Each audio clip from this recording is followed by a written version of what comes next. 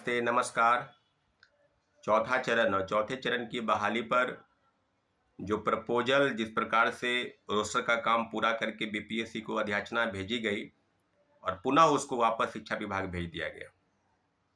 तो ये जो बार-बार टेक्निकल फ़ॉल्ट और गड़बड़ी बताकर रोस्टर के को पूरा नहीं किया जा रहा है, बार-बार चीज़ों को बरगलाया जा रहा है, तो बरगलाने का काम जो है ये खत्म होना चाहिए।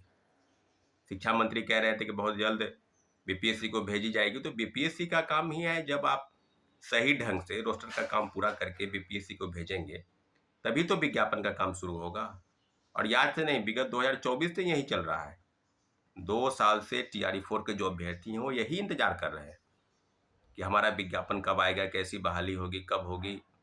सीटों की संख्या जो है वो 32,000 बताई गई, जबकि पहले बार जब गया था रोस्टर तो 40,000 पद थी, यानी सीटों की संख्या घट गई। कई चीज़ें हैं जिसमें पीआरटी को सीटों की संख्या कम है, 9वीं से 10वीं को सीटों की संख्या कम है। कई विषय हैं, खासकर साहित्यिक और भाषा के विषय। संगीत का मान लिया जाए तो पीवीटी में सीटों की संख्या ठीक-ठाक है, अच्छी खासी है, लेकिन जो नीचे के वर्ग है, टीजीटी, उसमें सीटों की संख्या न के बराबर है। मैथिली हो, संगीत हो, उर्दू हो, फारसी हो, बांग्ला हो, पाली हो, प्राकृत हो, कई विषय हैं। तो इन विषयों पर सभागार के पास आवेदन गए, बैठक हुई थी, आपने देखा होगा, और आवेदन के माध्यम से शिक्षा विभाग के पास अभ्यर्थियों का एक दल जाकर उनको ज्ञापन सौंपा। सवाल टीआरई 4 के साथ साथ एक अन्य बिंदु की चर्चा होनी चाहिए, वो है कि जो 24 और 26 के जो अभ्यर्थी हैं, जो बार-बार लगातार फ़ोन कॉल और मैसेज कर रहे हैं कि इस मुद्दे को उठाया जाए, तो एक बात स्पष्ट कर दें कि कोई विषय ऐसा नहीं है जिसको नहीं उठाना जाना चाहिए।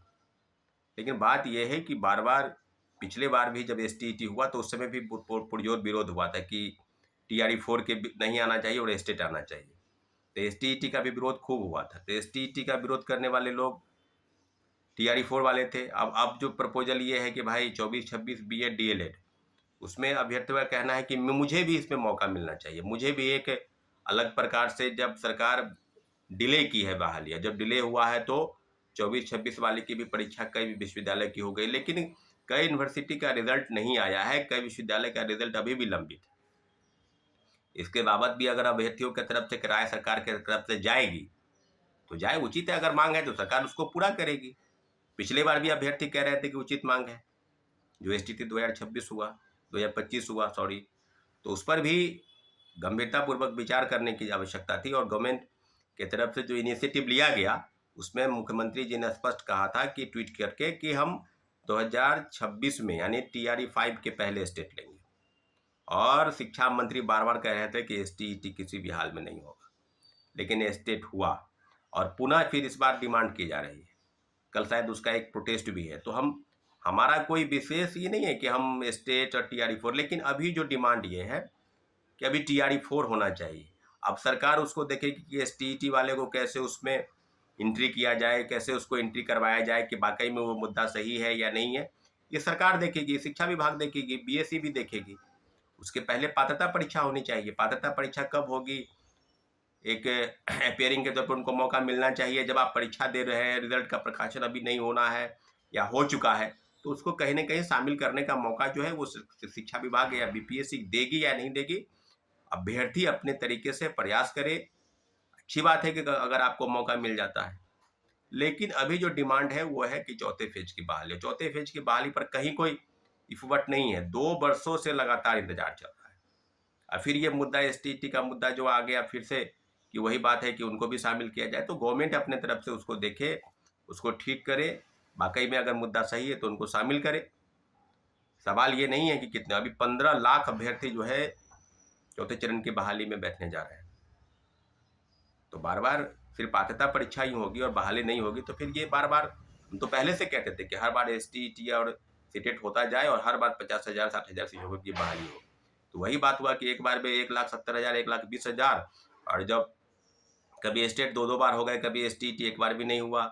तो इस तरह से क्या होती है कि पात्रता परीक्षा और बहाली दोनों प्रक्रिया अलग-अलग होने से बड़ी संख्या में अभ्यर्थी एक बार ज़्यादा हो जाते हैं, एक बार न के बराबर होते हैं। तो इस बार भी ऐसा है कि एसटीईटी का मुद्दा किस प्रकार से गवर्नमेंट के पास अभ्यर्थी लेकर जाते हैं, ये कल कि प्रोटेस्ट के बाद पता चलेगा, और पहले भी डिमांड हुई है। शिक्षा विभाग इसको कैसे सोचती है, बीएसईबी पात्रता परीक्षा कब कराएगी, क्योंकि साल में 2 बार कहा गया था कि पात्रता परीक्षा होगी। तो अब देखने वाली बात होगी इसको कैसे देखा जाए, लेकिन TRE-4 बहुत जल्द आना चाहिए, जितना जल्द हो सके विज्ञापन जारी हो, शिक्षा विभाग इसको तत्परता से देखे, जो भी कमी है, जो भी खामी है, उसको ठीक से पूरा करके बीपीएससी को भेजे, ताकि आध्याचना आ जाए और विज्ञापन में सीटों की संख्या बढ़ाई जाए। एक शिफ्ट में जो पहले की तरह परीक्षा होती थी, एकल पद्धति, उस तरह से परीक्षा हो, डोमिसाइल महिला आरक्षण का सही ढंग से पालन हो, पूरी गुंजाइश हो उसमें कि कोई भी अभ्यर्थी जब अप्लाई करे तो उसको किसी भी प्रकार से डॉक्यूमेंट वेरिफिकेशन में या किसी अन्य प्रकार के गड़बड़ी का सामना न करे। और जो सवाल ये है कि 1 कैंडिडेट 1 रिजल्ट, इस पर सरकार, बीपीएससी, शिक्षा विभाग पूरी तत्परता से काम करे, ताकि कोई अभ्यर्थियों का रिजल्ट जो है सही ढंग से प्रकाशन अगर उनका होता है तो वो चयनित हो जाए, न कि वो अलग अलग प्रकार से काउंसलिंग करा के उस सीटों को छोड़ दे। इस डिमांड के साथ TRE-4 और स्टेट दोनों विषय अलग अलग है, सरकार उसको देखेगी, लेकिन TRE-4 का विज्ञापन जितना जल्दी हो सके अतिशीघ्र आना चाहिए। यही लाखों लाख अभ्यर्थियों की डिमांड है। साथियों, बहुत बहुत धन्यवाद।